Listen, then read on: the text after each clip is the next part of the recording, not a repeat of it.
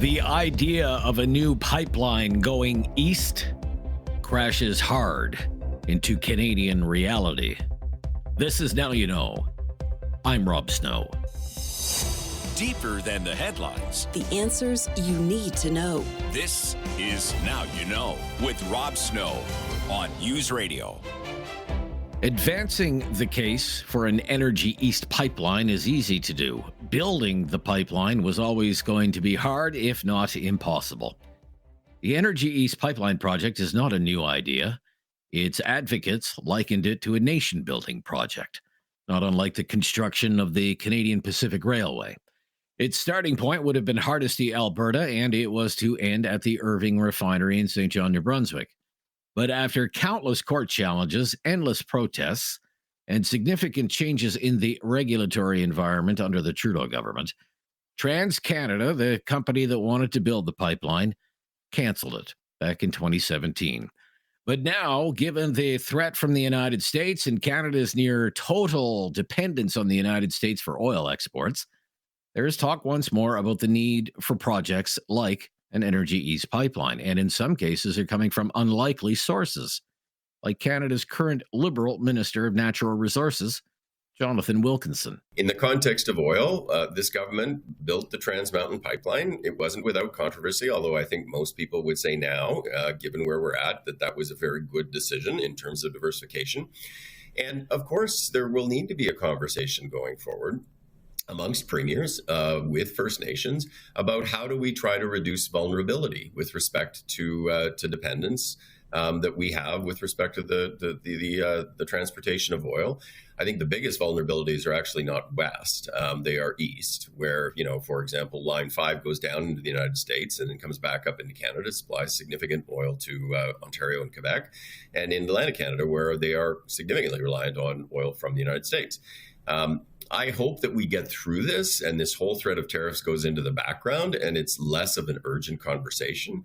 But of course, the Prime Minister and the Premiers are going to need to have some conversations about what Canada can and what Canada should do. The Energy East pipeline has the support of the Nova Scotia Premier, Tim Houston, who just 2 weeks ago called on the federal government to give such a plan immediate approval. I called for the Prime Minister and asked the federal government to immediately approve the Energy East project. That's something that they could do, and I encourage them to do. There was support from a number of premiers on that as well. If we needed more urgency to strengthen our country, we got it, right? So we need to make sure that we have incredible natural resources. We have to recognize that and tap into that potential. That's a strength we have as a country. It's certainly a strength we have as a province. Diversification it kind of goes without saying that we need to make sure that there are customers all around the world for what we have. And the United States is a huge market, and it's been a convenient customer. But now is the time to also, of course, look for diversification. Alberta Premier Danielle Smith has made it no secret she thinks the failure of the Energy East pipeline project was a massive missed opportunity for Canada and has also been calling for its revival. The fact that Coastal GasLink and Trans Mountain Pipeline managed to get to the finish line is really important, surprising probably to a lot of people because Trans Mountain was a long process, an expensive process, but it's already proven its worth by stabilizing the price of Western Canada Select and narrowing the differential. And I think we'll see something equally encouraging once Coastal GasLink and the LNG Canada starts exporting. That being said, we could have done so much more. We could have, with federal leadership, potentially got Energy East built. Part of the reason they pulled the plug on that was that they couldn't see a way through to the finish line, even though they'd spent $1 billion. But as was the case then, the case remains.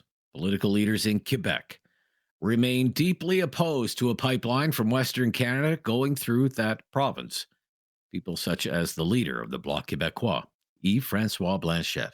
We are living through the proof that big Canadian parties are going to walk on us, literally, favoring the interests of Toronto and Ontario and its banks, or the interests of Western Canada and oil and gas. And in the same day, we see those two things.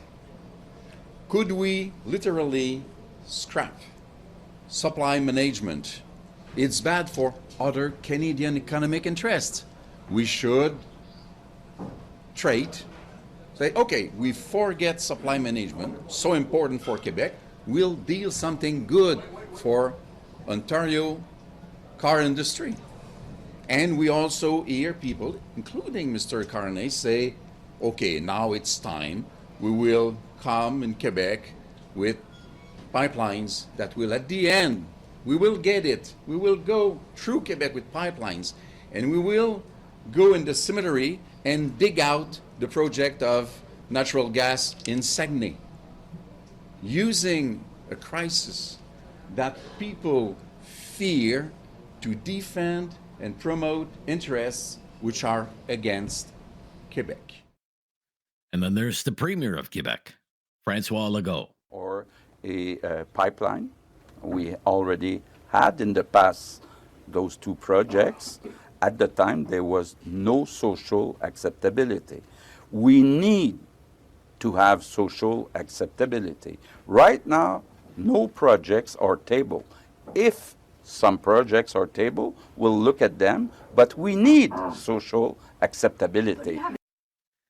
A recent Angus Reid survey suggests both Blanchette and Legault are wrong when they say there's no support in Quebec for a pipeline. Going from west to east, that survey asked Canadians if the country needs to ensure it has oil and gas pipelines running from sea to sea across the country. 74% of the respondents from Quebec agreed. With our expert in communications, crisis communications, political communications, branding, and leadership, Barry McLoughlin is the president of TLC, Transformational Leadership Consultants, and he lectures at the Telfer School of Management at the University of Ottawa and at the MBA program at the Shannon School of Business at Cape Breton University. Welcome back. Thank you, Rob. Great to be here again.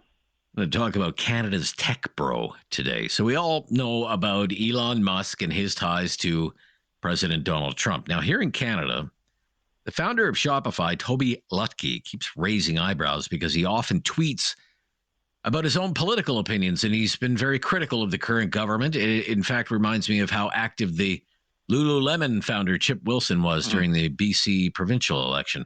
But here you have Shopify, second most valuable company in the country behind only the Royal Bank of Canada. Shopify is a publicly traded company, very well-known Canadian brand, and a true Canadian success story.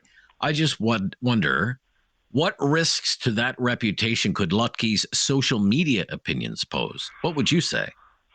I think significant risk. I saw his tweets, and I even responded to one. Kind of shocked me that he would be way outside his channel. He's become the expert, and then he turns it kind of on Canada. I found that appallingly tin-eared. This is a publicly traded company that took its shareholders for quite the dive for quite a while, losing gazillions of dollars and slowly come back up.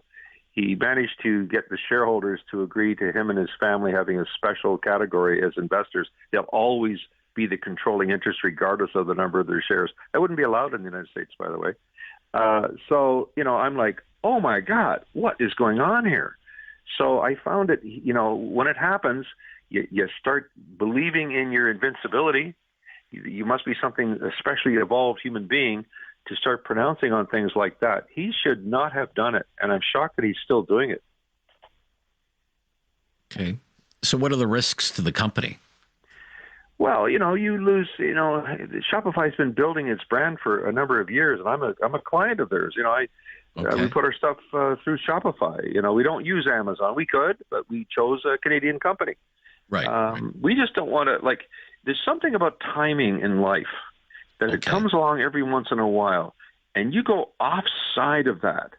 A guy that put up a building for the Shopify employees, it was the number one employer. You can all work at home. Don't bother coming back. Oh, by the way, we're moving to Montreal or Toronto, whatever, out of there within 5 years. A lot of things he's done that you really just have to question. And you can tell I'm annoyed by this. He should not be doing what he's... I don't normally get this way, but I find that he just did everything wrong. And somebody needs to walk into the president's office, unless he's working out of his home, and say, Toby, cut it out. I don't know if there's anybody left that can do that. But it seems all there are kind of three top people there, and they're all kind of doing it. Yeah. The top three, anyway. Oh, I could go on about that, but yeah, I mean, just something about this that you can learn, just like Elon Musk, great example. You learn the wrong lessons out of success. And that Toby is one of those guys that has learned the wrong lessons out of his success. Yeah. I mean, it's a very recent thing from him. I mean, I've covered like Ottawa tech. It used to be my beat way back when as a news reporter, way back when. And I mean, everybody in Ottawa knows the Shopify story, the guy who wanted to sell snowboards and couldn't find a platform. So he built his own, and it turns into this incredible company, and it goes on this big ride and goes public and gets even more popular during the pandemic. And then maybe there's a miscalculation and the shares crash and they've been on a comeback. But all of that was about business and building the business. And he was, a big fan of being an entrepreneur, and hey, you can be an entrepreneur. We'll help you be an entrepreneur. There was never anything political about it. No, the whole Shopify thing. And maybe this is just Mr. Lutke's opinion, but can you separate the Lutke from the Shopify, I guess is my... Yeah, well, I mean, when Canadians wake up and they are in an existential crisis, don't look at the wounds that they have and go, I think I'll just stick my little sword into that wound and I'll stick it into that one. This is an emotional thing for Canadians. You can see what's taking place in the country. And talk about not listening to your customers and not feeling our pain. All you have to do as a CEO is feel our pain. Don't lecture us about what we need to do in the economy versus the Americans and everything else. You're way outside your zone, Mr. Lutke. And, the fact that he's still doing this, and he has a board of directors, and maybe they're all, not that independent, and they should be, but somebody's got to face him down.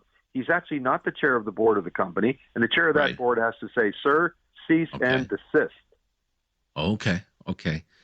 So, risk could be a risk could be maybe a risk to the share price. A risk could be reputational damage. A risk could be loss of customers in Canada, stuff like that. Yeah. Right? Listen, if Canadians can gather together, as they're doing right now, and saying, I'm going to not buy American products, okay, that has an impact, right? But if you actually go in Canada, hey, let's not do Shopify for now. Let's just cut. I'm paying $57.50 a month for a service. No service from them. You just really buy in their space. Zero service. And they're getting tons of that from Canadian entrepreneurs across the country. Maybe we got to say, tell me again why we're doing this. We have other alternatives, So I'm just saying that boy, this is another CEO, and Silicon Valley is full of them that get the wrong message out of their success. Yes, we have to put Toby in that category. Mark Carney seems to be the preferred choice right now of the Liberal leadership candidates. The polls have been showing overall a narrowing race between the Liberals and the Conservatives, mostly at the expense of the New Democrats. A new poll says Canadians prefer Mark Carney over, say, Pierre Poilievre or Jagmeet Singh or Chrystia Freeland or any of them to deal with the Trump tariff threat. What do you think Canadians are seeing in Mark Carney right now? Well, he's clearly now the man to beat. There's no question about the person to beat in this race. I think they see a steady hand in him. They see that he knows international markets. He's aware of the world of tariffs and all kinds of things. And as former governor, an exceptional governor of two different banks in two different countries, central banks, it's quite amazing, really, in many, many ways. His downside is he's trying to define himself as an outsider when clearly he's been an insider, at least informally, and smart enough not to take an actual position within the caucus. He was constantly being invited into cabinet. So I think that's point number one. I think point number two here, you can just see the shock and awe that's happened in Canada. We want somebody to stand up for this country. We just talked about one guy that we don't feel it is. Right. And so they're in that mood. And the Conservatives perhaps have taken for granted, you and I have talked for months, carbon tax, Carney. I said, stop it, because first thing he's going to say is he's going to chop it, which he did. And all the others that were pushing it and lecturing us on the carbon tax, what were they doing? Oh, they're all going to chop it too. Oh, okay. Yes. So, I mean, clearly that seems to have evaporated. And, Canada First is Pierre Poilievre's new one. That's good. But substantively, what does it mean? I've just spent an hour and a half watching CBC News Channel on there, every single Liberal cabinet minister, Stephen McKinnon, on and on. Airtime, championing Canada, here's what we're going to do, blah, blah, blah. And I'm saying, where are the Conservatives in this? Oh, they don't exist. So they're owning the airwaves, the Liberals. Suddenly they are. Without any kind of, what the hell have you been doing the past several years here? Yeah, it's reminiscent to me, Barry, if I could just interrupt because our time's a little limited. It's reminiscent to me of the pandemic.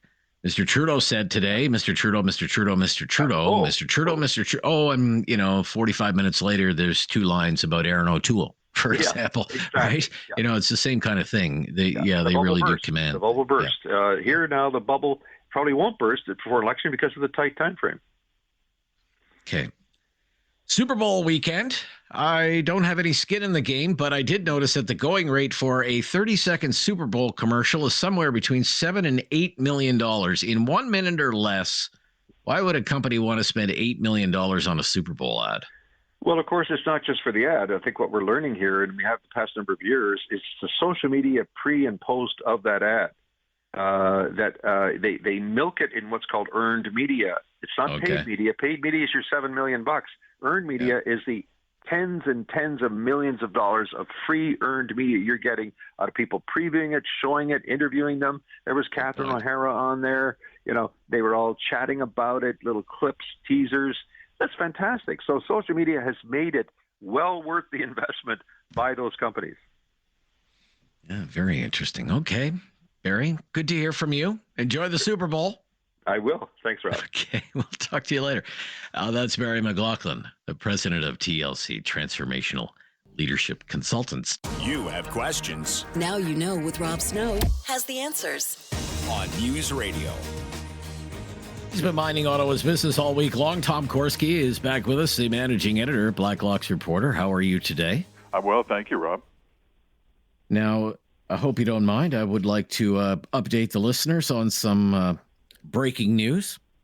As Donald Trump has just posted on social media, quoting here, "I will be signing an executive order next week, ending the ridiculous Biden push for paper straws, which won't work." And then all in caps, it says, "Back to plastic!" Exclamation point. Back to plastic. Back to plastic.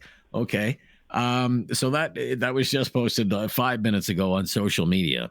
Meantime, in case you're curious, in this country, we still have a ban on single-use plastic straws. You may remember this went into effect in December of 2023.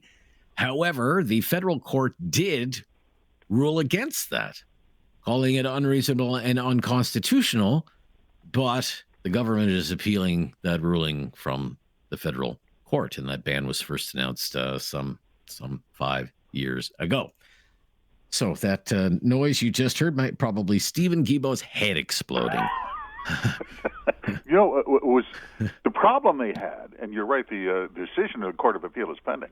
The problem they had was the cabinet passed an order, and they described plastic, just as a manufactured product, was toxic, like mercury or asbestos. And people said, wait a minute. That's right. You mean like linoleum or children's toys under the Christmas tree? Like it's all just toxic as a class. And the plastics manufacturers freaked out and successfully, as you mentioned, challenged it in federal court. Okay. Well, we'll see if it becomes a thing, because there's certainly been a lot of reacting going on in this country to everything that happens from the Oval Office these days. But let's start today with some news you can use, because I was reading Blacklocks this morning and I had never even heard of this program, the Canada Learning Bond Payment. What is that, Canada Learning Bond Payment? It's an interesting idea. This is a variation of a program that's been around for a generation, a couple of generations, goes back to Paul Martin when he was Prime Minister. And that is, if you save in a school fund, a registered education savings plan, you will get a grant prorated to the amount that you deposit. And this is for children's post-secondary education. And you might get, if you deposit the maximum, you might get a couple of $100 or maybe $500 a year. Maximum payment of about $7,000. It's changed over time, over the course of 15, 18 years as little children grow. Problem is it's not retroactive, and you must sign up. And they discovered in numerous audits, Rob, it was interesting that the parents most in need, who could most use a $200 or $500 grant for their children's education at college or university, weren't even opening these accounts. And they asked them why. And they said, well, I already have bills. I'm paying for childcare. I've never heard of this. I have student loans of my own, and on and on. So they were finding that the parents who really didn't need the grant were applying for it because they were eligible. What did they do? They said if you are a modest or low-income family, that's a household income under $56,000 a year, that's not abject poverty. Those are working people. They're going to open the account for you. Notifications go out this year. They're going to open the bank account for you. They're trying to work it out with the banks and credit unions what the fees will be. They're going to put in the $500. You want to take over the account sometime, fine. But anyway, babies born starting in 2024, when they're 18, there'll be some money in there for them. It's an interesting idea. Yeah. Boy, I just think of all the money they spend promoting things, and, I pay pretty close attention to government announcements, you even more so, and this is really the first I had ever heard of it, and I found it to be quite interesting. The only cost, really, to the taxpayer that doesn't exist already is the banker's fees, and that's what they're negotiating with the institution. Right. But you're right. You would think they would be shouting this from the rooftop instead of their ridiculous bans on paper straws, but yeah. Canada Learning Bond payment. All right, cool. Housing. I mean, it's been all over the news for how many years, how many homes we need to build in the next 10 years in order to even get back to some sense of normalcy in the housing market. And how many programs have been launched, the current government signature program being the Housing Accelerator Fund and a myriad more. But how has the housing start data looked? Because there's new numbers from CMHC out. It's not a success story.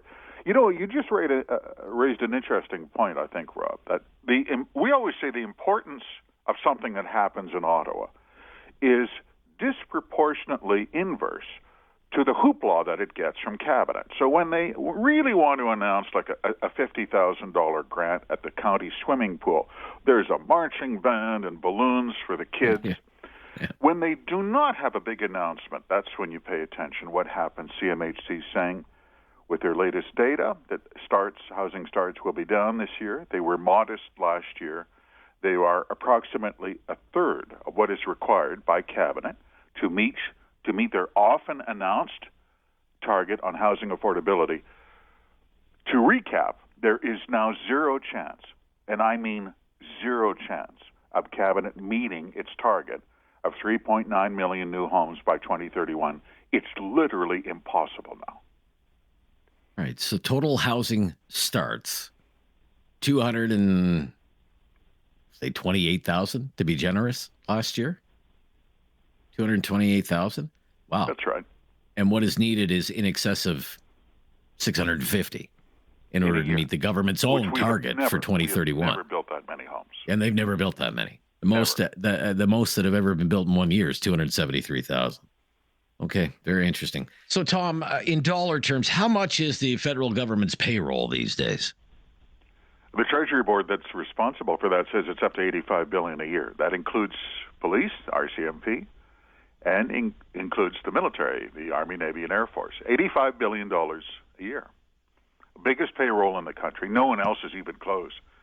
My favorite statistic, current and former public employees enrolled in the Federal Public Service Health Care Plan. By the way, they've had pharmacare for years. Yes, sure. 1.7 million men and women. Wow. In the Federal Public Service Health Care Plan, 1.7 million people. But this figure, this is everyone.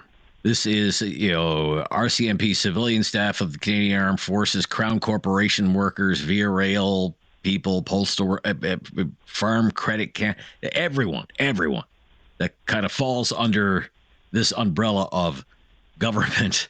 And when you include everyone, I mean, how many people are you talking about? Well, they say we're getting up to close to 2/3 of a million, over 600,000. But as you mentioned, you're exactly right. It's weathermen, crop inspectors, mail deliverers, you name it. 611,000. Annual pension payouts average $37,000 per retiree and has grown consistently. All right, that's very interesting. $85 billion a year. If you include everyone, the broader public service. Okay, despite that, growth in the cost of administering the federal public service, let's kind of bring it closer to ground level and talk about one government department like Parks Canada and its fire preparedness budget. What happened there? Rob, they've been really cagey ever since the Jasper fire, disastrous fire, insurance payouts over $1 billion. Third of the town burned to the ground, 40,000 people homeless. And there was no one else responsible for fire preparedness and forest management except Parks Canada before that fire last July. We see new figures now for the first time that in the year prior to, the budget year just prior to the outbreak of that fire, the Parks Department cut its fire preparedness budget by 23%. They have been asked numerous times by us and others for details of their forest management in Jasper, and they simply won't release the information like it was some kind of state secret. But now we see they did actually cut their fire preparedness budget by almost a quarter, over $1 million nationally, just before the Jasper fire. There's a lot of unanswered questions here, and this is not some senator, Senator Paula Simons from Alberta said, right-wing internet conspiracy theory. No, madam. These are serious questions about core function of that department. Yeah. So in 2022, 2023, the fire preparedness budget, $4.4 million, cut down to $3.4 million, as you report today, a reduction in 1 year of one fiscal year of 23%. The year before the wildfire in Jasper, Alberta, just so you know. Meantime, I mean, there's been a lot of politicking about Amazon's decision to lay off thousands of employees in the province of Quebec, and certainly, federal politicians, would, love to have a few go-rounds with Amazon. But what is happening? I mean, does the government like to do business with Amazon? Does it not like to do business with Amazon? You have an example about Parks Canada, actually. They love Amazon. They love everything about it. Okay. And the problem was the Prime Minister last Saturday, after the tariff business, gave a speech about buying Canadian. And it was beautiful. It brings tears to your eyes when you listen to his speech. What did he say? Stand up for Canada, Rob, he said. In this moment, we must pull together because we love this country, our country, Canada. Of course. And what did Parks Canada do? 48 hours later, they announced in a staff email, internal email, exciting news, everybody, they said. They were contracting with Amazon Business on a shipping program that could be used to buy Parks Canada goods. Not Canada Post. No Canadian company was getting the contract. It was going to be a sole source contract for Amazon. Word came out, and there's some trouble here. The entire program was rescinded as soon as within 48 hours. Within 48 hours, right? They saw the light very quickly. Yeah. Oh my gosh. Okay. Gosh. Dream job for me, even though I have no qualifications for it, but I feel like whatever this person is doing to earn $393,000 a year, I could do this job. Okay. Chief Science Advisor to the Prime Minister. This is a real job, apparently. $393,000 a year. Appointed in 2017. And boy, oh boy, does this person love to travel. Tell us about the Chief Science Advisor. Yeah, I think you're overqualified, Rob. I mean, if you can find the luggage carousel at an airport, you can be Chief Science Advisor. Yeah. And she was asked about her travel. This is Dr. Mona Niemeyer, biochemist, University of Ottawa, got this pretty sweet gig as Chief Science Advisor, as you mentioned. And she said that she sees her role, not, the drudgery of working in a lab, of wearing a lab coat. No. But she says, I'm a science advisor. Science can be everywhere, as she once told a parliamentary committee. She's trying to be everywhere, isn't she? $316,000 in travel. She would typically, for instance, spend a week in Paris to, what was the budget line? attend meetings, quote, end of quote. She has flown around the world, Rome, Tokyo, Madrid, Toulouse, you name it. Yeah. And why? Because she said, I'm expected to take part in the scientific life of the country. I believe, this is my favorite part, I believe in science diplomacy. She didn't mention it involves staying at hotels where they have, like, pillow chocolates, but it's a living, Rob. Yeah, it sure is. Isn't that something?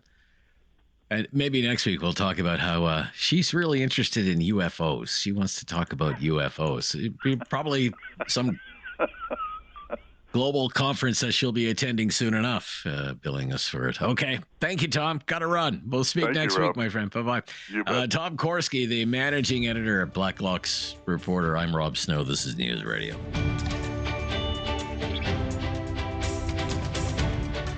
It's time to talk back. On Now You Know with Rob Snow. Call now.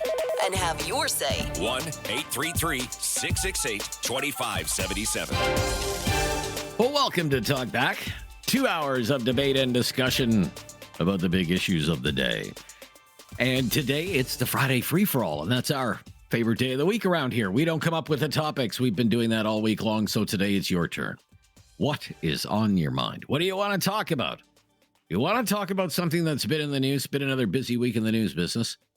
They've all been busy lately, as a matter of fact. If you want to talk about something that you think should be in the news, feel free to raise that here. We're open line, open topic on the day. Pick a topic, and we will do our best to follow along. We have phone lines available right now. Every single phone line is available right now, so jump on with us. 1-833-668-2577. 1-833-668-2577. If you've never called before, just mention that to our call screener, and we will make your call a priority. 1-833-668-2577. One of the topics that we would present to you today would be pipelines. Certainly pipelines.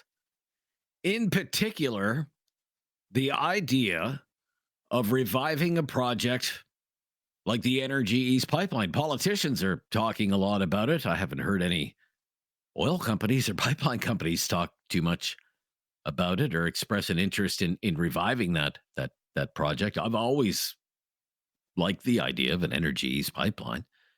The original plan from TransCanada Pipeline, northern Alberta, from northern Alberta down to the Irving Refinery in St. John, New Brunswick.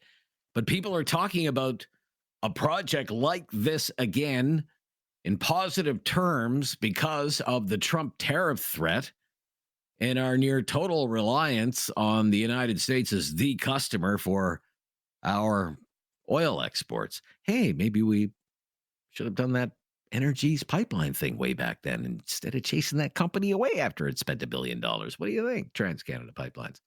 But everything old is new again because leading politicians are once again in Quebec saying not in our backyard. Not in our backyard. For example, let's listen to Francois Legault, the Premier of Quebec, who said this week that there is still no social acceptability for a pipeline project like that. Roll the tape on Francois Legault, Dave. Or a pipeline. We already had in the past those two projects. At the time, there was no social acceptability. We need to have social acceptability. Right now, no projects are tabled. If some projects are tabled, we'll look at them, but we need social acceptability. Social acceptability. Justin Trudeau used to say social license. We need social license to build pipelines. We can't build pipelines where the communities there don't want them. Now, social acceptability. How much social acceptability is there for Quebec to year after year be the largest beneficiary of equalization payments? Maybe we should do a poll on the social acceptability of that. But then you have Yves-Francois Blanchet in his most recent remarks. He called the very idea of putting a pipeline through there, through that province, an attack on Quebec, an attack, and it will not stand. This was Yves-Francois Blanchet. Probably won't play all of this, but go ahead, David. Leader of the Bloc Québécois. We are living through the proof that big Canadian parties are going to walk on us, literally, favoring the interests of Toronto and Ontario and its banks, or the interests of Western Canada and oil and gas. And in the same day, we see those two things. Could we literally scrap supply management? It's bad for other Canadian economic interests. We should trade, say, okay, we forget supply management, so important for Quebec. We'll deal something good for Ontario car industry. And we also hear people, including Mr. Carney, say, okay, now it's time. We will come in Quebec with pipelines that will, at the end, we will get it. We will go through Quebec with pipelines, and we will go in the cemetery and dig out the project of natural gas in Saguenay, using a crisis that people fear to defend and promote interests which are against Quebec. Against Quebec. They're against Quebec. It's an attack on Quebec. Politicians in Ontario, politicians in the West, out to get Quebec, to exploit a crisis. They want to stick it to our dairy farmers in Quebec and put pipelines through there. They want to help the car industry in Ontario. I don't know. What do you think of all this? Do you have some thoughts on this? Are you in favor of this pipeline? How could this obstacle be overcome? I don't know. Do you have any ideas how you could get Quebec on side? Is there any way to have an energy east pipeline that doesn't include Quebec, that still gets Western Canadian oil to Atlantic Canada in a profitable way? Because, I mean, none of this ever happens if there's no profit in it. I mean, let's all be realists here. Why don't you give that some thought and give me a call, or give me a call on anything else for that matter, because it is the Friday free-for-all Talkback Hour. Our call-in line is 1-833-668-2577, 1-833-668-2577. I'm Rob Snow. It's Talkback on a Friday free-for-all. This is News Radio. One thing that I would like to touch on is you had a gentleman on some time ago talking about Canada Post, how much of the market they have lost, but they haven't reduced their manpower to accommodate that, and that's why I knew we were going to end up bailing them out this year. Right. That was an interesting gentleman you had on giving that information out. I really appreciated that. Probably Professor Ian Lee, maybe Professor Ian Lee. Yeah. Right. Yeah. I'll look into it and follow up on that. That was an interesting topic. Yeah. I mean, they're starting to do some trimming at the top, right? Yes. They let go 50 managers there yesterday or the day before. They let go 50 managers. Mm-hmm. They have shown some of the high-ranking executives the door as well. Like a half a dozen of them are gone now. But I mean, the fact is they're running out of money. Definitely. And this $1 billion that the government has given them it might not even last 6 months. The way Canada Post is burning through money right now. Yeah. Well, see, it's a tough pill to swallow because they always come back to the taxpayers, and people like myself who are retired, we're on fixed incomes and we don't have any more. We're tapped out. Right. Yeah. But it was nice chatting with you today. We'll see what happens with it, Larry. Thank you for calling, Larry. Good to hear from you in Calgary today. Kyle is in Listowel. Thanks for calling, Kyle. You're up. Hey, go ahead. It's nice to see that you're back, or hear that you're back, I should say. Yeah, thank you. No problem. Good to be welcomed back. You know how you first fix the pipeline? You make it bilingual. So you put made in Canada, and then on that pipeline, you just put in French how it's made. In I don't know what the French way to say made in Canada is, but that's how you do it. The also thing is that the Canada Post thing is interesting because I got a lot of flack before it even happened from, I guess, a couple of Canada Post workers saying how, the Canada Post has spent money on these electric vehicles, and they're spending money on infrastructure, and they're making it better and all that stuff. So it's interesting that that I got a little bit of trouble for that because I don't know. My thinking is you don't spend more money to try to make more money. You try to get yourself out of the debt first, and then you start making change. But I mean, I don't know. These the vehicles that they spend and all that stuff are it's a lot of money that I think they wasted on vehicles, to be honest. And oh, really? Maybe. Okay. Well, I mean, seriously, they spent all this money on vehicles, and now they were on strike for a month. So the vehicles are sitting there not being used, right? Yeah. Why didn't they start trimming this? This should have been done a long time ago. Start from the management, maybe 6 or 7 months ago, before even the strike started, before you even start laying off these guys. It's too late to now, no, Rob? But anyways, that's what I got to say. Okay, thanks, man. All right, Kyle. Thank you. Ray in Halifax on the Friday Free for All Talkback Hour. Go ahead, Ray. What's on your mind today? Oh, hey there, Rob. How's it going? I'm fine, Ray. What do you want to talk about? Basically, I was curious, just like the next guy, I don't want my bills to go up due to some sort of upcoming tariff. I know it's kind of in front of everybody's mind right now. However, I'm starting to think that the potential economic benefit in the long run that Canada could see as a result of being kind of forced, more or less forced to, break down our interprovincial trade barriers and kind of trade within ourselves and find other trading partners. Yeah. I'm starting to think that this whole tariff thing could be a net positive to Canada going forward. I know it's kind of a disagreeable topic to bring up. I think it could be an overall good thing, but it might hurt us in the short term. What do you think? Well, I'd like to know more about your line of thinking. I mean, when you say it could be a good thing, are you suggesting maybe that it serves as a wake-up call, sir? It serves as a wake-up call, and of course it's not going to be like, I'm not the saying fact that it's easier. It's going to be like, yay, tariffs. This is going to be good for us in the future. Right. Yeah. And we might glean some sort of benefit in the decades to come if we're going to build up our own individual infrastructure in the country of Canada and not rely so heavily on needing trade with the U.S. Yeah. I'd say down the road it actually could be a good thing. You know what I mean? That's kind of the extent of my thinking. I haven't really pondered on it in any sort of profound way. Yeah, That's kind of what I mean, right now, we're kind of tariff-free right now. We're operating under CUSMA, the new NAFTA that was negotiated and signed by Trump.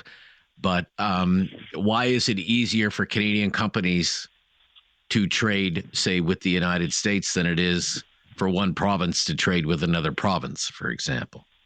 Yeah, right? Of course. Why is it easier for a business in Nova Scotia to do trade with a European country because we have a free trade agreement with the European Union called CETA? Right. Why can't that's kind of what I mean? Yeah. Yeah. And why is it so difficult to build a pipeline that goes from northern Alberta to St. John, New Brunswick? And and I'll have more to say about this, I think, as we make our way through this Friday. Are these Quebec politicians really speaking for average Quebecers when they say they oppose pipelines going through Quebec? Because recent polling suggests Quebecers aren't as opposed as we're being led to believe by the political leaders in that province. So just what is this all about? Have something on your mind you want everyone to know? Call now. Hello. 1-833-668-2577. It's Talkback on Now You Know with Rob Snow. It sure is. It's also the Friday Free for All Talkback. 1-833-668-2577. To Revelstoke. Colby is in Revelstoke. Hi there, Colby. Hey, how you doing? I'm good. How are you? Good. Oh, we're alive. That's good. I don't know nothing about it, but my thought was, Trump invoked a Emergencies Act for the tariffs, supposedly, and we all know that Trudeau invoked the Emergencies Act when all the truckers were out east. Yes, he did. Yeah. Could you not invoke an Emergencies Act to stick a pipeline in the ground?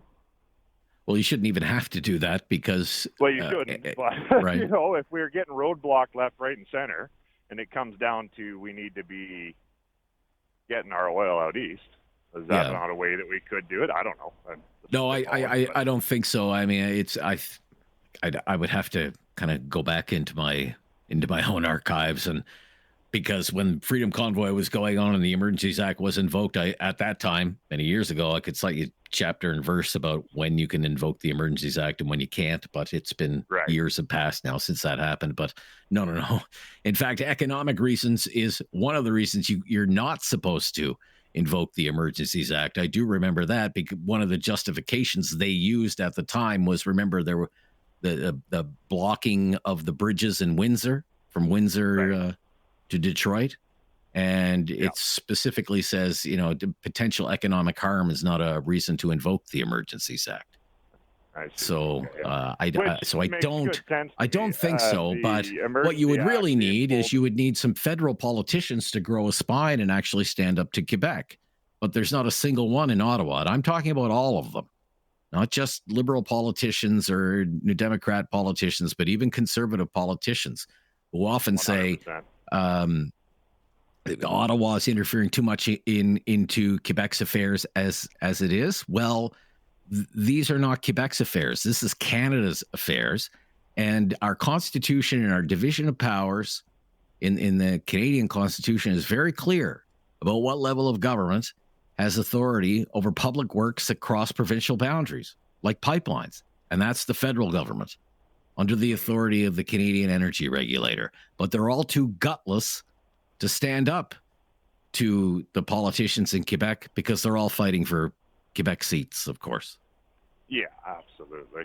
No, it makes good sense. I just thought, we play dirty sometimes when it works for the other side. Maybe it works for our side. But yeah, it's very frustrating, though, isn't it? It shouldn't be put in for any of the stuff that it's been put in, really. So yeah, it's very frustrating, though, isn't it?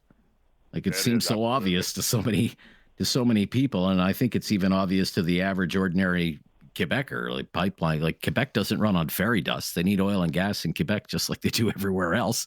They just import absolutely. it. Well, it's the same as the equalization payments going out there. If they're that hard up on it, you don't want it. Well, then just don't. You just stop. But we don't. Yeah. It's the obvious answer: stop the equalization payments. But we don't. Yeah. And they even put that to Pierre Poilievre. If you became prime minister, what would you do about what some people perceive as unfairness in equalization? And he avoided it and said, well, right now I wouldn't do anything about it. Yeah. Right? Very disappointing. It is. We need something to change. Anyways. Okay, Colby. Good to hear from you in Revelstoke today. Thank you. Mike in Halifax is on the line. Hello, Mike. Hey, Rob. Just, my last caller, or the last caller, your last caller, not mine, kind of said the same thing about equalization. Like, if you take Quebec out of the equation and add up what the rest of the provinces get, then bring Quebec back into the equation, they double what every other province gets combined. But yet they say that a pipeline won't benefit them. Well, most of the equalization comes from Western oil. So wouldn't a pipeline in Western Canada selling more oil benefit Quebec directly? Yeah. Plus, I mean, think about jobs that would be created in Quebec. Another thing that Quebec does that they don't do in many other parts of the country. They have very strict labor mobility regulations in Quebec. Like, let's say you were some kind of tradesperson that had an expertise in something to do with building pipelines, whatever, right? Be very hard for you to go into Quebec, especially if you were in a trade union, to go into Quebec and work. In fact, they're pretty much impossible. It is pretty much impossible, yeah. Like where we live, we're right on the border, where David and I are, of Quebec and Ontario, in the Ottawa area. Like, Ontario's here, Quebec is right there, and there's a river in between the two. And there are all kinds of Quebec tradespeople that come into Ottawa, and they're working on fixing up the Parliament buildings, and they're working on fixing up our light rail system and building our light rail system in Ottawa. None of those tradespeople in the trade unions could ever go into Quebec and do similar work. Not allowed. So there are, if they were to ever build a pipeline through the province of Quebec, it would mostly be Quebecers who would be working on it. We have 100% be Quebecers who are working on it in the unionized trades. But I don't know. There's almost something dogmatic about it. And I think it's a leadership-driven thing. I don't think it's I don't think it's reflective at all. I come back to this of what rank and file Quebecers believe. That's just my own opinion. Thank you for your call. 1-833-668-2577. 1-833-668-2577. It's the Friday free-for-all Talkback. And I'm Rob Snow. More of your calls just ahead. We have some lines available to wait. Won't be too long. And again, if you're a first-time caller, just mention that to our call screener, and we will make your call a priority. This is News Radio. But anyway, my main call was about Quebec, and there's a couple of things I was thinking about that I'd like to point out. One is that, as some of the other callers have said, there could be some real benefits for Quebec. I mean, there could be cut in on the deal. I don't know. It sounds to me like a great opportunity, and I know that Lac-Mégantic was a tragedy, but that wasn't a pipeline. That was oil. Of course, that was a train. It was a train. Yeah.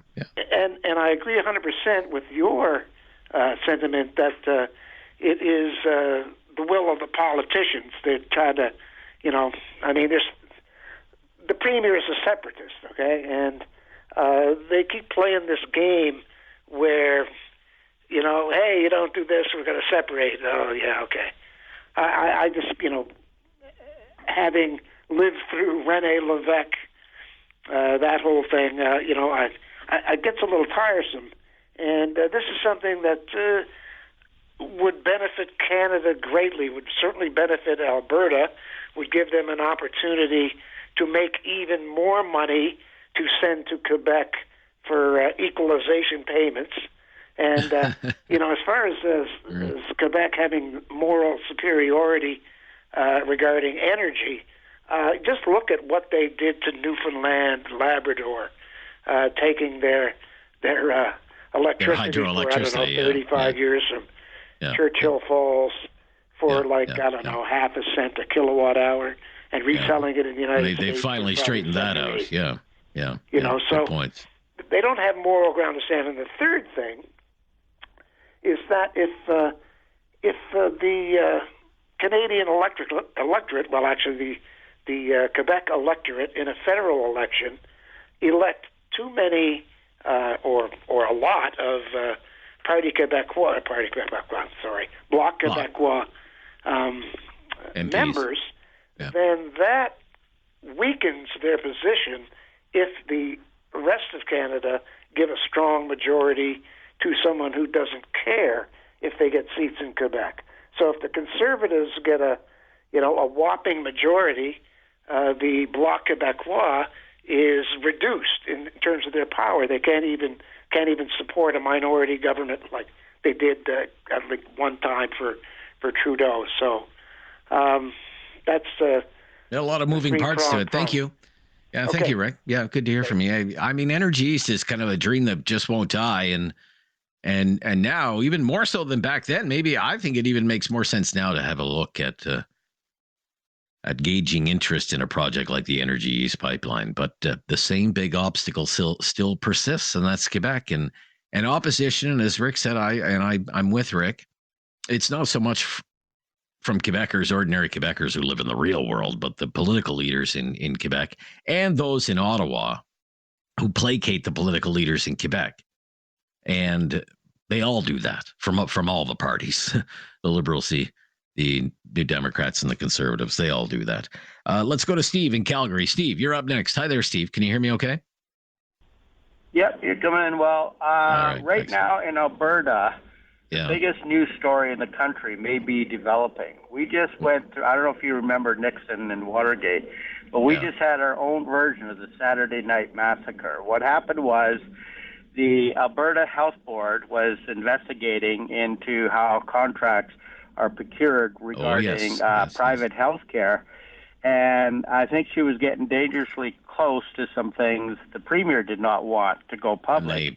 So she fired not just a head person like Archibald Cox and Watergate, but she fired everybody. And the problem here is that the premier is not going to go quietly into the night. Generally, so people understand this, she's going to appoint some sort of investigation, but no government appoints that unless they know what the outcome's going to be. So whoever's on this board that's going to investigate this, it's going to be highly suspect. The NDP has a good man. He was the mayor of Calgary. He's a smart guy, makes good decisions. But this has to be an all-party investigation. Just as Nick. I would agree. I would agree with you. You don't want the government to investigate the government, right? Right. But you do have an Auditor General's investigation, and the Auditor General is independent of any governing party. Correct, but you need NDP on there as much as you need Tories, so you have a balance. But this cannot go unanswered. Alberta deserves the right to know, and I think some dirty laundry is going to come out. That's very damaging, and it could put the NDP as our next government because they have about half the vote. Regardless, this is happening right now, and this is where the media comes in. The media cannot let up on this. They got. Yeah, it's interesting you mentioned that. David and I, thank you, Steve. David and I were having our story meeting today with the boss, and this was one of the things we were talking about, that this Alberta Health Services story and the allegations that were in the Globe and Mail. When was that, David? On Wednesday, I think it was Wednesday or Thursday. First came out Wednesday, and then yesterday we started getting some political reaction. Yeah, right. Yeah. That this is, I often say, watch this space. Watch this space. This is going to be one. The investigations, there may be multiple investigations because there are basically allegations of corruption in the privatization of healthcare in the province of Alberta. It's one to watch. I'm Rob Snow. This is Now You Know. This is News Radio.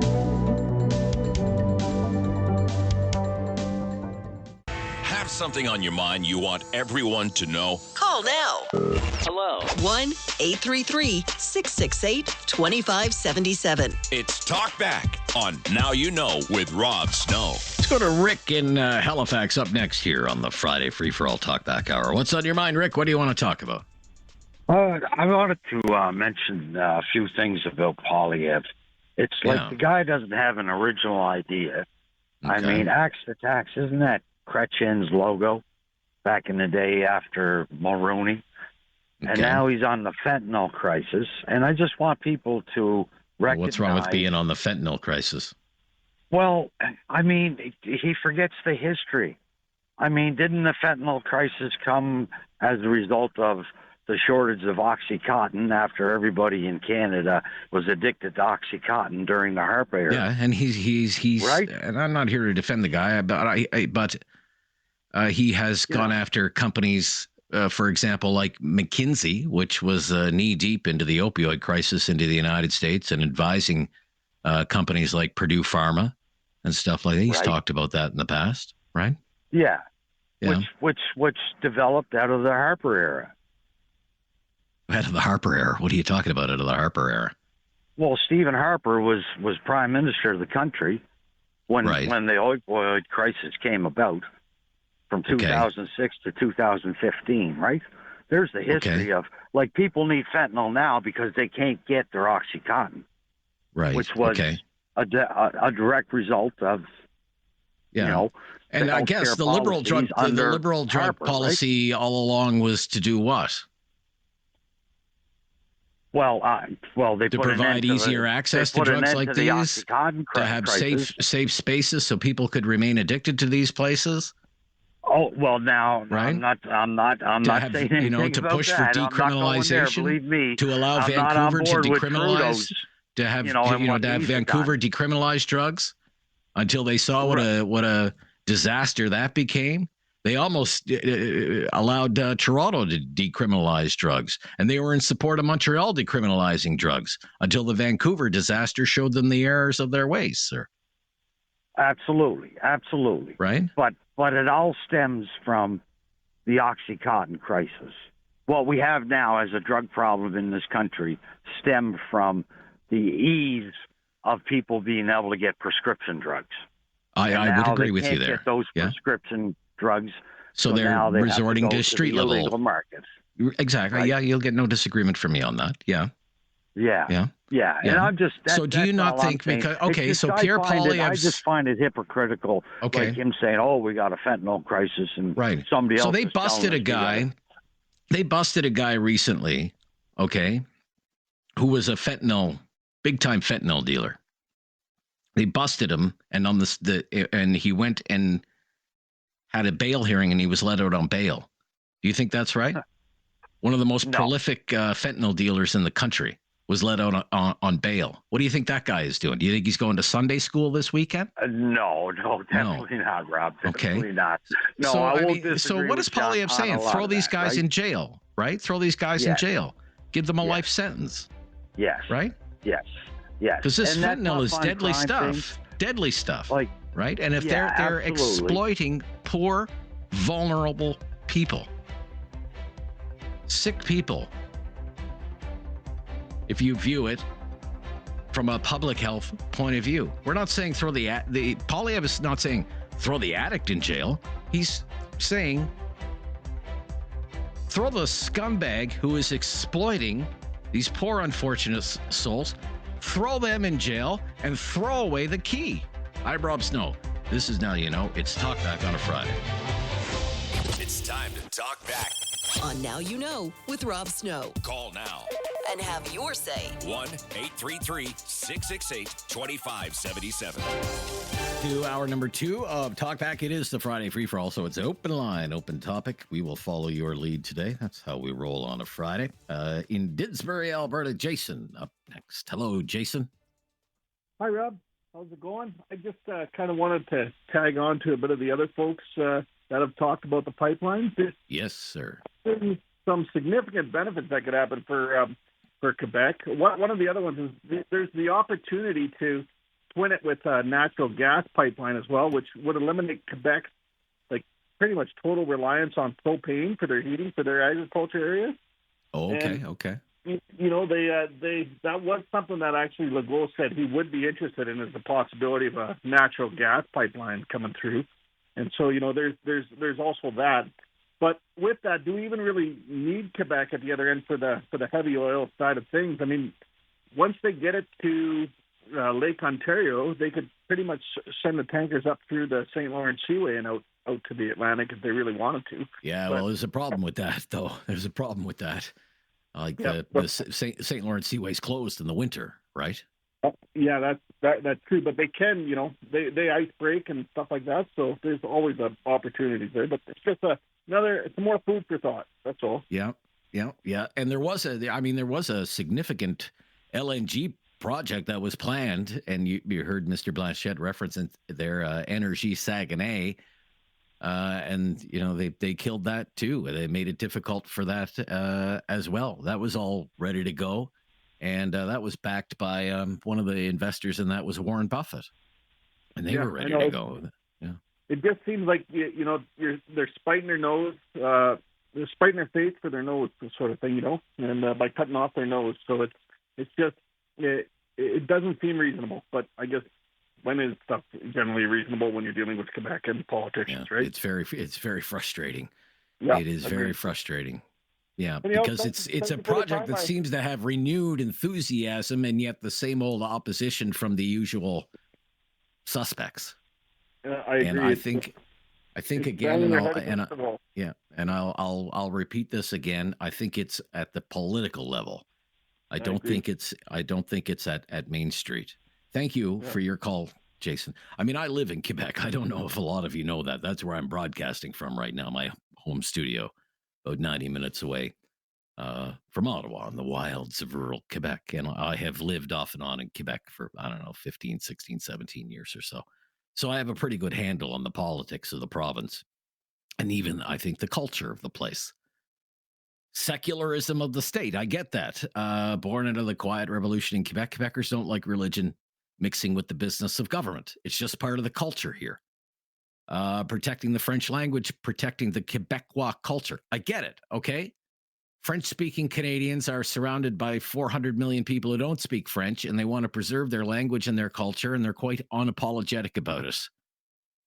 Multiculturalism is not policy here. It's quite the opposite, in fact. That if you live here, you should try to learn the language and appreciate the culture. So some things I get, even appreciate. Others I don't, like this opposition to pipelines. And I think it's more of a political leadership thing than any real serious backlash against Alberta oil and the tar sands and all this stuff that you hear about Eastern Canada and Alberta Energy. They just did a survey about this. Angus Reid Institute did a survey this week, given all this Trump tariff drama, and they asked Canadians all across the country, including Quebec, quote, Canada needs to ensure it has oil and gas pipelines running from sea to sea across the country. And then you had 4 options to choose from. Strongly agree, disagree, and strongly disagree. And in Quebec, when you take the percentage of those who said they agreed and add them to the percentage of those who said they strongly agreed, it comes out 74% in favor of, quote, oil and gas pipelines running from sea to sea across the country. 74%. So to me, this is more of an ivory tower leadership thing than an actual thing about what's happening in the ground in Quebec among hardworking Quebecers who understand that their economy doesn't run on sunshine and lollipops. Jay in Kitchener up next. Jay, thanks for waiting. Go ahead, Jay. Well, sir, as I think you and I have talked, I just want to celebrate the birthday of a very special person, somebody who always gave me great comfort for many years. Who's that? Mr. Donald S. Cherry turned 91 Wednesday. Oh, he did? Okay. And no matter what else was happening, even if you had the game shut down, if you're at a house party, you always put the intermission on at the first period so you could hear what was on his mind each week. Not that it was perfect, but it was just something calming about listening to him and Mr. McLean for years. 91 years old, eh? Old grapes, 91 years old. Yeah, still around. Yeah, okay. He is special. I mean, you don't always agree, but at least he would let you share your side. Yeah. Yeah. Okay. Thank you. Happy birthday to Don Cherry. All right, Jay. Thank you. Let's go to Donna is in Halifax. Hello, Donna. Hi. Thanks for taking my call. You're welcome, Donna. Yeah. Just a couple quick things. One thing, the best thing, is the hockey game last night between the American and Canadian ladies.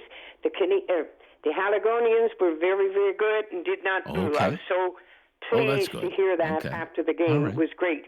And hopefully all this booing and stuff stops, because it's not the hockey players' fault, or any sports, hockey, basketball, or whatever. Leave politics out of the sports. You know, it's yes, I quite agree with you. We're better than that.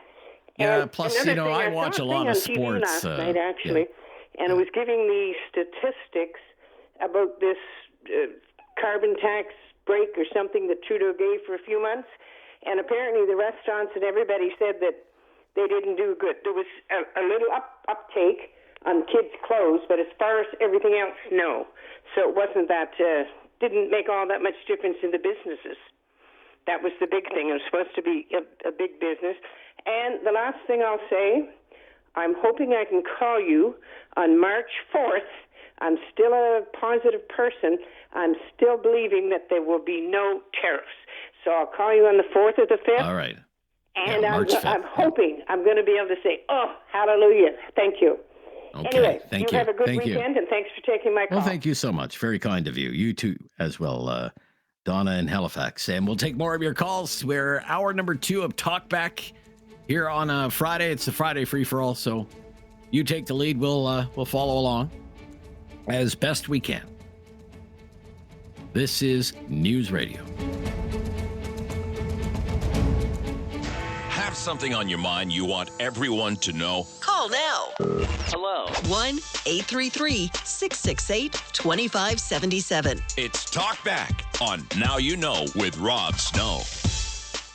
For all talk back to Peter in Langley, British Columbia. Hello, Peter. Hi there. Hi, Peter. I'm talking about the upcoming federal election, and I've got a few things of a list that I'm looking for, and I'm wondering maybe if you can help me figure out a candidate that would meet this list. First thing is I'm looking for a candidate that would build pipeline, oil and natural gas pipelines, 6 to 8 million barrels per day to Tidewater under emergency conditions. And when I say emergency conditions, it means putting a lot of people on the project, and that if we don't have enough people, then we invite foreign countries, Americans excluded. Would you be open to the government building it, like the Trans Mountain Pipeline was taken over by the government and the government built it? Boy, oh boy, that's a disaster for recipe. Because that's what happened with the Trans Mountain Pipeline, right? There was a company that wanted to, and it ended up costing $35 billion. So. Yeah, that's a total boondoggle, that one. No, when I say emergency conditions, I mean that it's done in an express manner, and it's done by private industry. And it's just that if we don't have enough people to get it done in a few years, then hire, after we got our Canadians fully employed, then we hire foreign countries to come in here and, clear land and prep it or what have you. The idea being is that the Americans are already making preparations to be non-dependent on Canadian oil. I read that Marathon company down in the States, they've already said that they could switch over from Canadian to U.S. crude without too much disruption. And we know Line 5 and Quebec take notice that Line 5 is going to be history because Whitmer in, which is at Michigan, I think it is, that has been fighting Line 5 all this time. Yes. If Line 5 gets lifted, gets stopped, then Ontario and Quebec are both going to be suffering for their oil. We're in a whole heap of trouble then. Yeah. So in that's Eastern one Canada. thing. The other thing I'm looking for is someone that will go through government with reckless abandon. And what I mean by that is just chopping everything. Oh, really? Did some research. Pardon?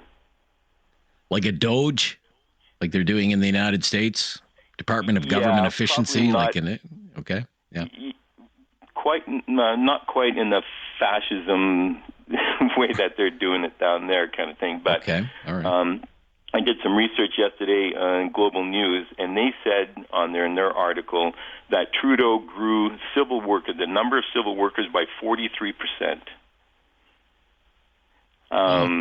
The Privy Council, which is his squad, grew by 77%.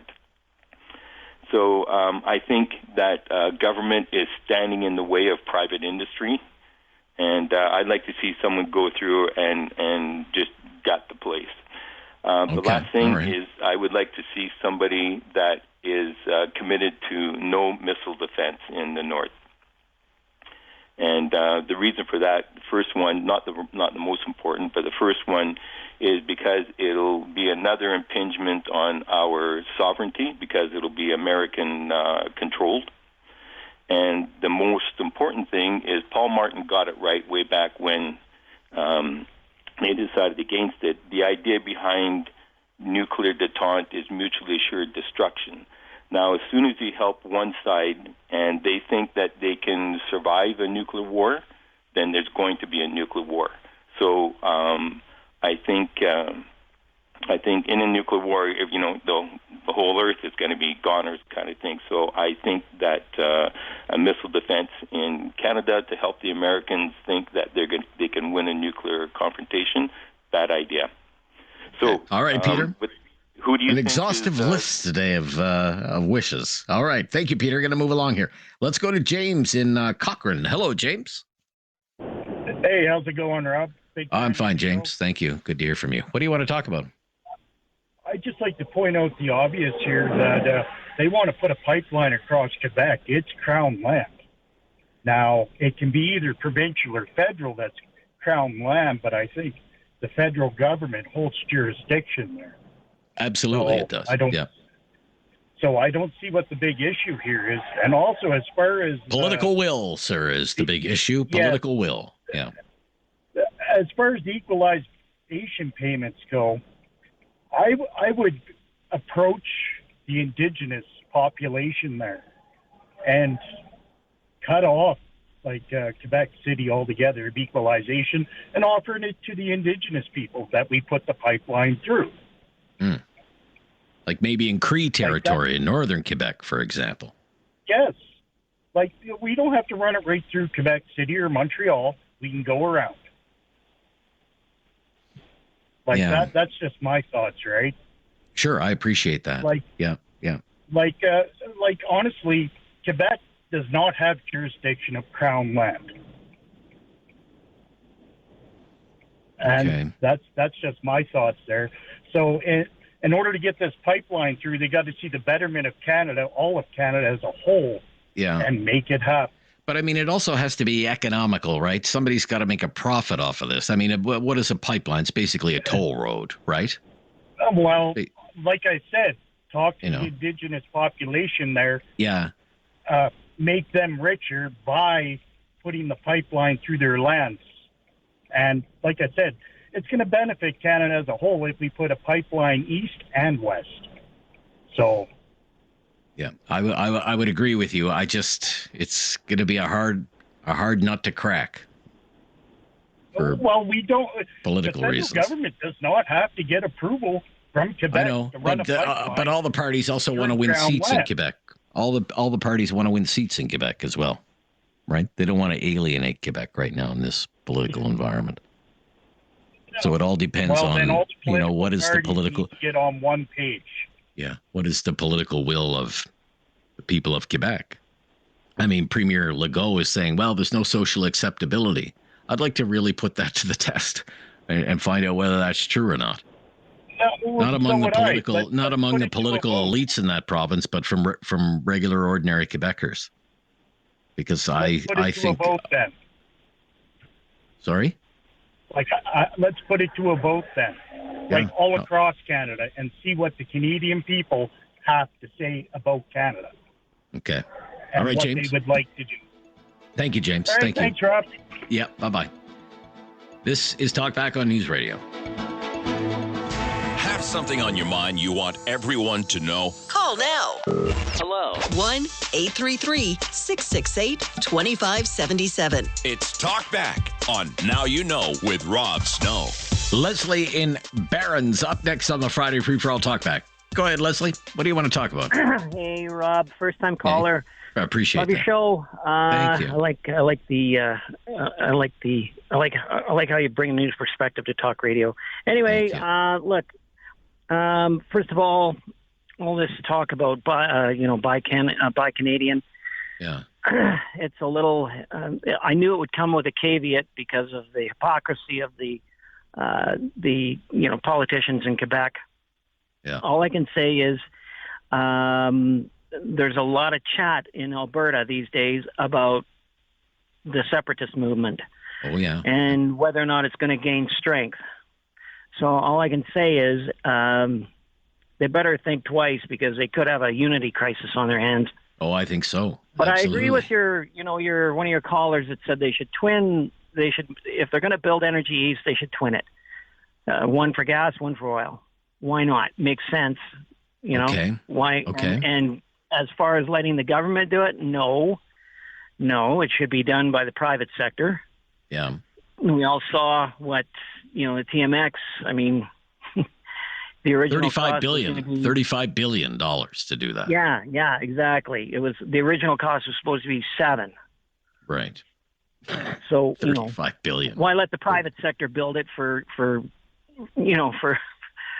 times less the money, right? Like when you can have. It would be nice to get a dividend check out of it because I know my taxes help pay for that. So I don't get a dividend check out of it though. Yeah. Okay. All right.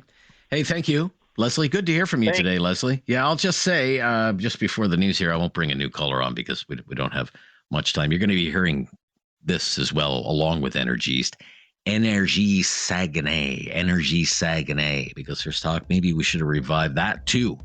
That was a $7.2 billion natural gas project that needed a 650 kilometer pipeline from Sarnia, Ontario into Grand Anse in Quebec. Project that was actually worth more than Coastal GasLink. And if all went according to plan, that was supposed to be fully operational by 2025, so this year. But Berkshire Hathaway was a big backer. It pulled up stakes because of blockades at the time. Blockades were happening just before the pandemic. Have something on your mind you want everyone to know? Call now. Hello. 1-833-668-2577. It's Talkback on Now You Know with Rob Snow. We're on the home stretch now, the Friday Free-For-All Talkback Hour. Love gathering your opinions on whatever happens to be on your mind, because it is the Friday Free-For-All. Certainly natural resources development and in the wake of the Trump terror threat continues to reverberate across the country and has proven to be a very debatable issue today. Brian in Chestermere, I believe it is. Yes, Brian, you're up next. Brian, hi there. Hey, thanks for taking my call, Rob. I really enjoy your show, and I tried like crazy to get through yesterday on this fentanyl issue.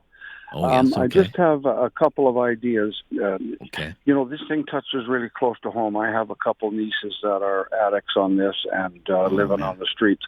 But, you know, this lifetime sentence for dealers, I think it should be taken one step down, where that anybody who is caught with, say, 100 milligrams or whatever they sell this stuff in, they will get a break on a sentence, or maybe even nothing, if they give them more information that will take and go up the line to get to the guys that are actually buying this stuff from manufacturers. Now, again, these guys who traffic, maybe they get a 10-year prison sentence if they turn government witness. And where did you get it from? Yes. That way, you're getting up the line, because when one dealer falls, another dealer will just come right back on in.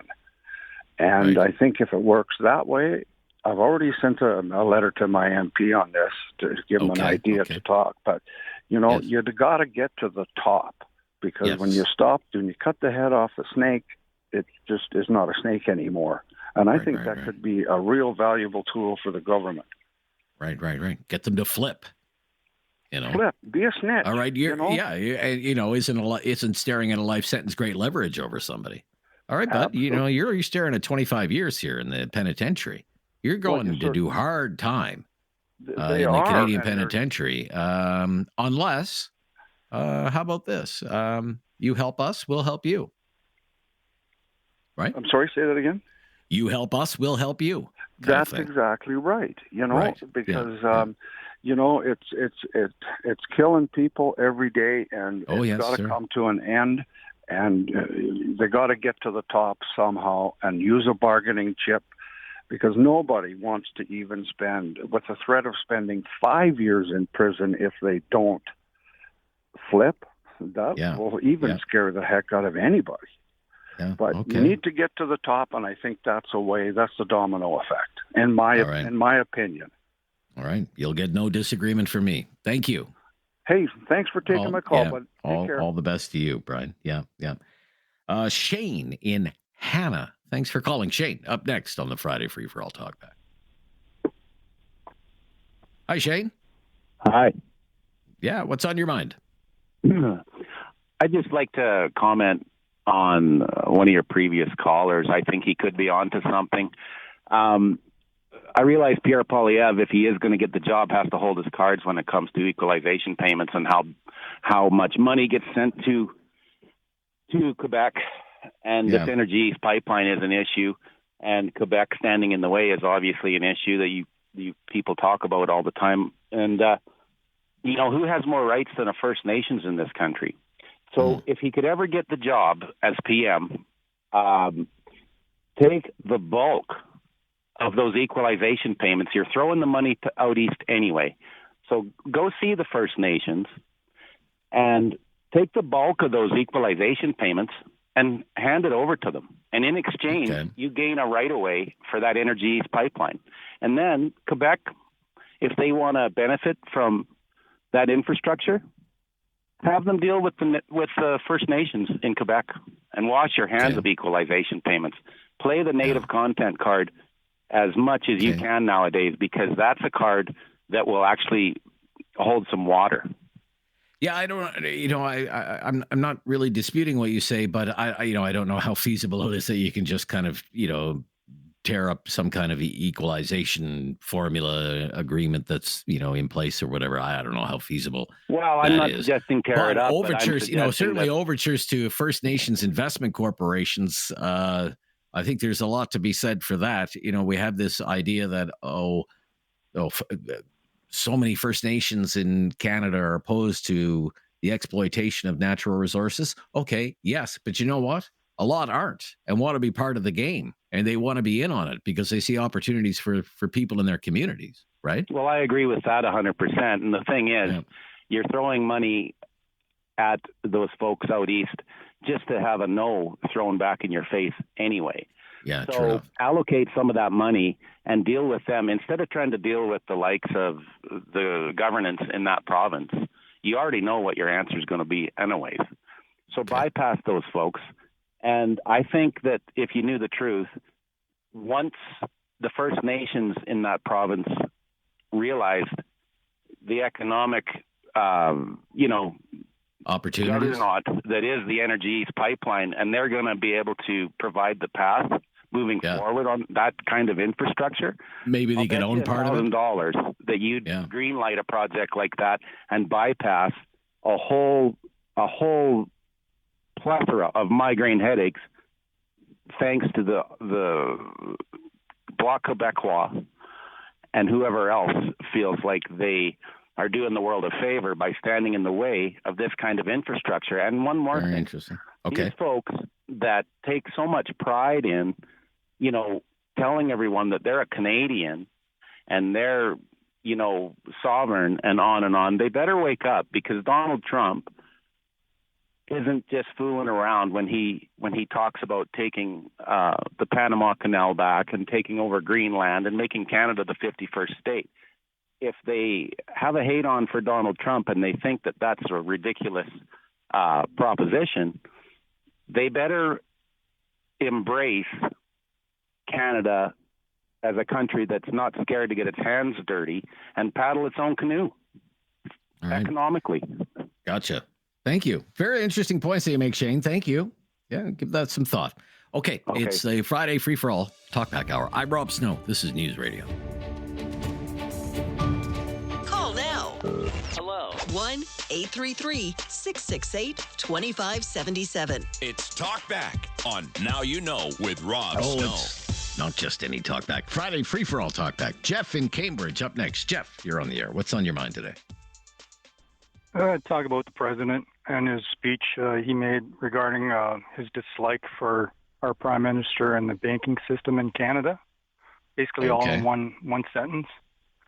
I think he was sending a message, a warning actually, to both of them that either do what I say or he's going to let the cat out of the bag. Okay. What's the cat? The cat would be black money. The Swiss bank needed cleaning out a few years back because of it was getting a bad reputation for all the criminal money that they were storing in their banks. Right. And it was up to, depending on where you look, $1 trillion to $5 trillion in their banks of black money. And that's where our banks came into play. Grab the money, bring it back to Canada. Okay. And what comes with it? The black money people that made all this illegal money in the first place by doing God knows what to people. Crimes of you don't even want to talk about. Well, I mean, for example, the Toronto Dominion Bank was embroiled in a scandal and had to pay billions of dollars in fines because it was laundering money in the drug trade, right? Right, but this is $3 billion. This is trillions, more than likely coming into Canada. Okay. And it's coming by India. So what's the easiest way to get money? Bring people with you. So the banks, what they did to even make it easier was say, look, don't spend your money on houses and whatnot. Put it in our bank, and then we'll give you a loan for almost nothing. So win-win for them. All right. I don't know.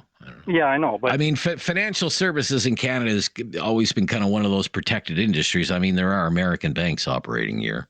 Well, I'm not disputing that. Commercial banks and investment banks, right? Yeah. I think they got their money from someplace they shouldn't have got it. Right. And I think... Do you think he was sending a message that the Canadian banks need to clean up their act when it comes to whatever illicit activities they may be involved in? And it included gotcha. Prime Minister. Because he took two trips to India. Okay. All right. Thank you, Jeff. Thank you.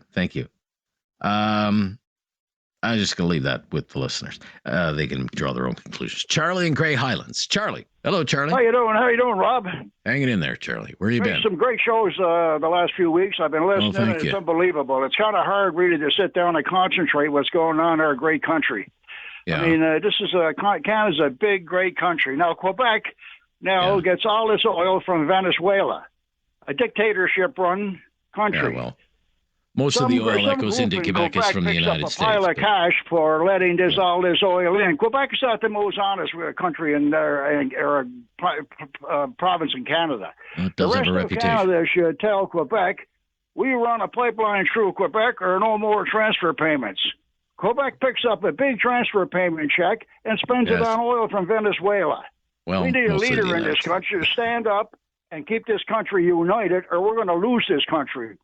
We are, Rob. Donald Trump already said he could break the economy in Canada, and he can break it. Now, we got to stand up, all the provinces. We just can't get on our knees to Quebec and please do this and please do that. They got to be behind us.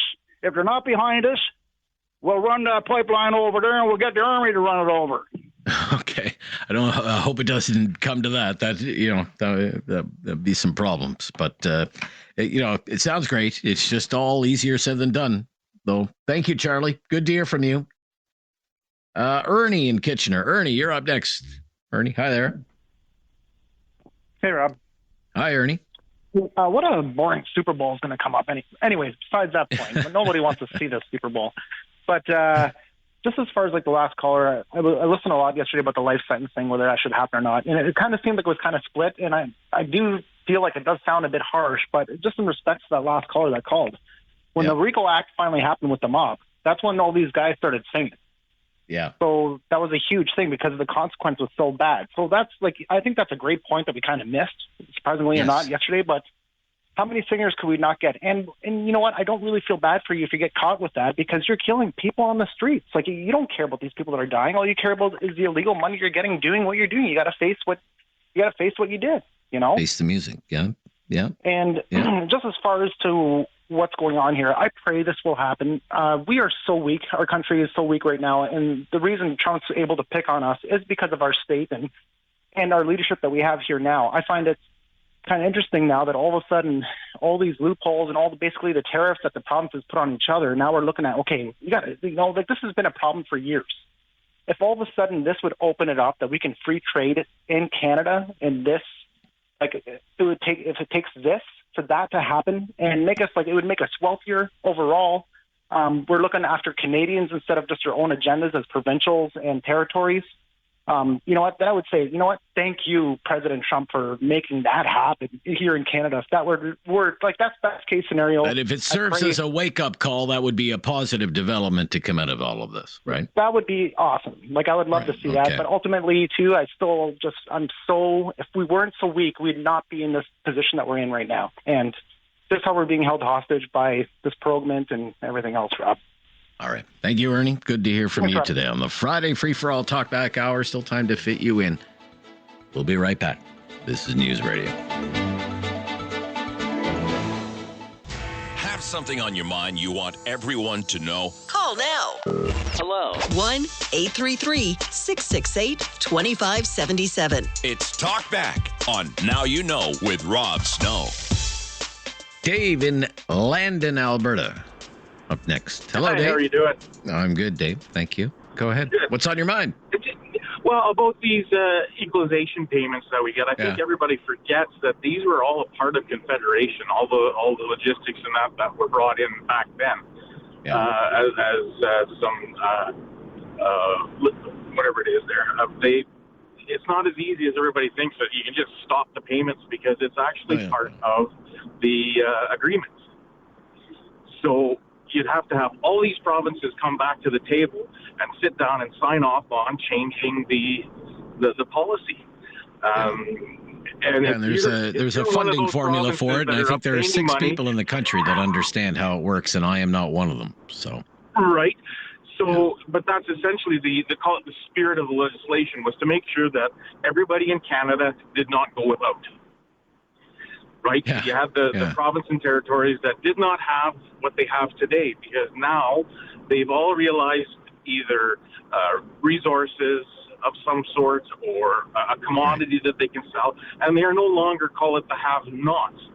Yes. But what we do, and I appreciate that, but in order to buy into this line of thinking in the modern day, you would have to believe that Quebec is not only a have-not province, but the worst of all the have-nots. Right, and that's a lot of times they come up. That's a hard pill to swallow for a lot of people.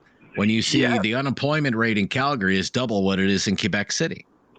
Right, but besides that, we're just talking like they'll come up and have a surplus in their budget, but they still want the full payment. Sure. So what I'm trying to where I'm kind of leading is with the pipeline situation. Say give everybody as it is right now, we have the capacity to supply X amount of oil, but without those pipelines, we can only supply X minus 30% or X minus 70%, whatever the case may be. Adjust the equalization payment to the actual production that we are allowed to produce. Yeah, and you could also force other provinces, like the province of Quebec, to include, for example, the revenues from Hydro-Quebec. Exactly. Which is a money-gushing machine for the government of Quebec. Yet the revenues from Hydro-Quebec are not included in any aspect of equalization, which is hardly that was fair. Right, because they didn't have that when these equalization payments began. Kind of crazy. Yeah, so I'm just saying, you know what? It's time to sit down, make some amendments, and do some adjustments. But of course, like anybody, if you're looking to sit down at a table where somebody's going to look to take away your steak, well, you don't want to sit at that table anymore. Yeah, that's a very good point. That is a very good point. Yeah. But it's not as easy as everybody thinks to just stop the payments and be done with it. There's a lot of hoops to jump through before you can just go, no more for you. Yeah. Okay. Thank you. Yeah. Okay, great last call. Great last call. A kind of a sobering dose of reality to end off the week, and that will end the week for us.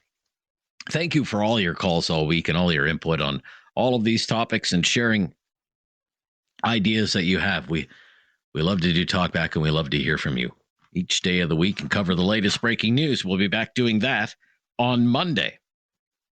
The latest breaking news is coming up next. It's been a very busy news day already. We'll bring you right up to date. I'm Rob Snow here with David Smith. Enjoy your weekend. Enjoy the Super Bowl and everything that goes along with Super Bowl Sunday. This is News Radio.